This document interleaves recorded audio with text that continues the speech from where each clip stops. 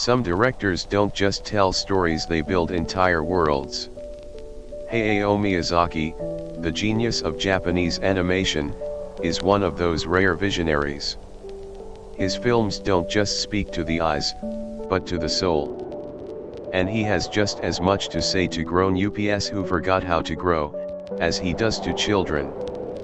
But why are his films so impactful? Why do Miyazaki's works remain unforgettable, even after years?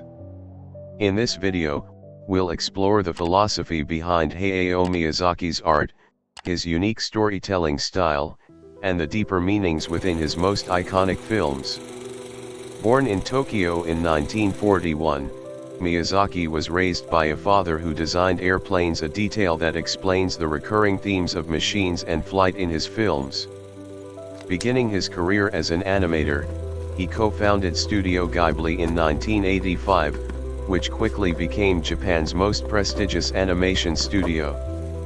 But Miyazaki is more than a technical master. He's a philosopher, a poet, a sage who tells the story of our modern world through the eyes of children. His films rest on a deeply philosophical foundation. In Miyazaki's universe, there's no absolute good or evil. His characters live in shades of gray, and their struggles are as existential as they are personal. The relationship between nature and humanity is one of his central themes. In Princess Mononoke, for instance, the clash between industry and nature is depicted on a near mythical level.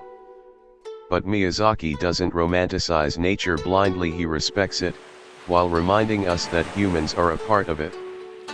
His characters battle not just the outside world, but their own inner turmoil. Themes of war and peace are also deeply woven into his work. In films like Howl's Moving Castle, war is not glorified but questioned. He shows us how beauty can crumble under destruction. Miyazaki is anti-war, yet never naive. His depictions of conflict are both raw and poetic. And above all, childhood. For Miyazaki, childhood is not just a stage of life, it's a way of seeing the world.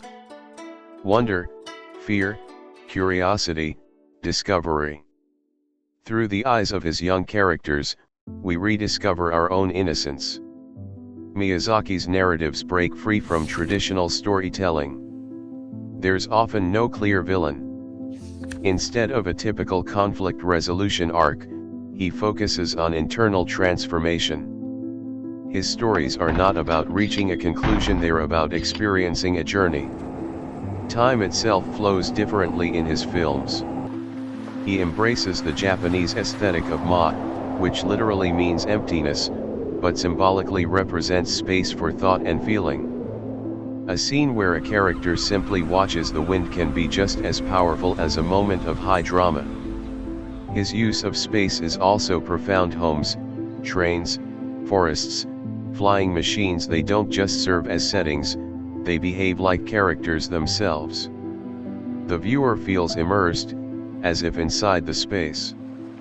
His visual storytelling is like a living painting. Hand-drawn backgrounds, natural color palettes, detailed architecture, every frame is crafted with precision to pull the audience into his world. Spirited Away. Perhaps Miyazaki's most iconic film. Chihiro's journey into the spirit world is a metaphor for consumerism, loss of identity, and the pains of growing up. The bathhouse scenes critique capitalist society, forgotten names symbolize eroded individuality, Haku, the dragon, represents loyalty.